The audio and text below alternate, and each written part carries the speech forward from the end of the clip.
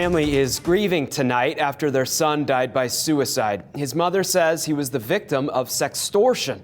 Thanks for joining us. I'm Adam Rasmussen. Tonight, we're hearing from his mom about what happened and what you can do to help keep your kids from falling prey to this often tragic scam. Here's Brad Hansen with more. It's every parent's worst nightmare, finding out that you have outlived your child. For Brittany Byrd and her family, it's the awful reality they're living in.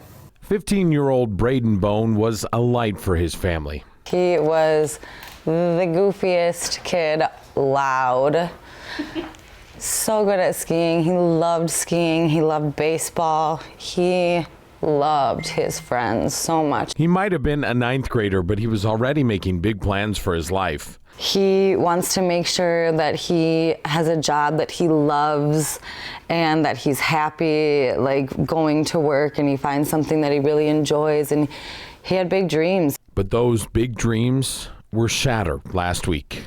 And I went to wake him up and tell him there was no school and he could go to the ski hill on Wednesday morning. Brittany Byrd opened up her son's door to find he had died by suicide. She also found something else. He did leave us a note that said, make sure he gets caught. And from that moment on, this has become a mission bigger than we ever would have thought. Braden was the victim of an online scam called sextortion. Scammers lure people, usually young teen boys, into chat rooms or apps, gain their trust, then ask for compromising photos. So from there, they start out very nice and pleasant. It quickly turns to being demanding for money, gift cards, cryptocurrency, that sort of thing. And they will tell you that they're going to send out your images, make them public, publish them somewhere, in hopes that will get you to send them what they're asking for.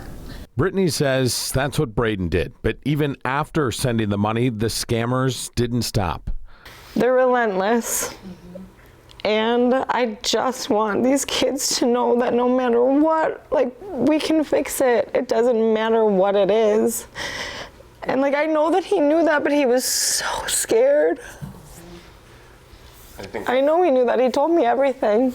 Brittany says from the time the messages started to the time he died was mere hours.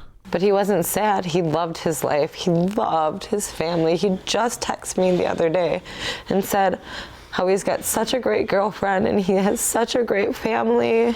In their darkest hour, Brittany and her family have been buoyed by the outpouring of support. I cannot thank the community enough for how supportive they have been, and his friends are reaching out to me personally. I'm so worried about these kids because they lost him too. We know we're not the only ones who lost him, and we love all these kids so much.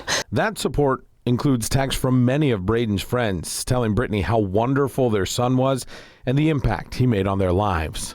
Now, as the family looks to move ahead, they do so with purpose. All I can do now for him is save other kids. They're working to bring as many resources to this community and to help parents better understand what sextortion is and how to make sure your kids don't fall victim to the same scam.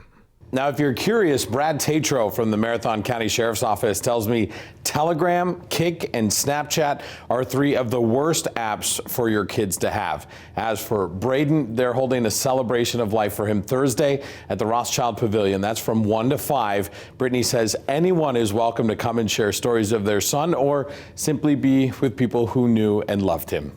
And one final message Brittany gave me, and I want to pass along to you. Hug those close to you and tell them you love them.